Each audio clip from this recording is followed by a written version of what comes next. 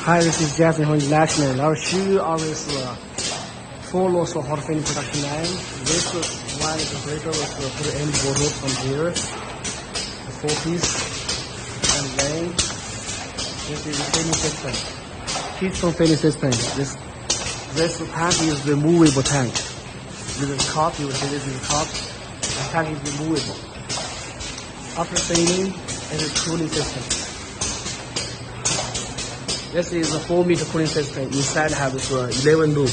So total inside is 40. After that, and then operators put this in the cap from here, and then automatic press cap pattern.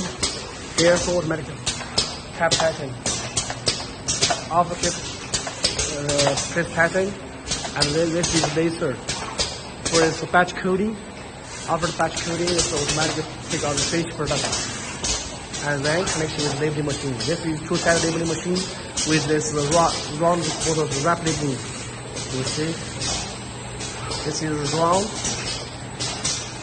This is for two-sided. Okay?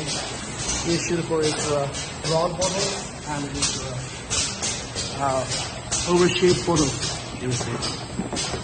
There it is. Different products just change over this box only.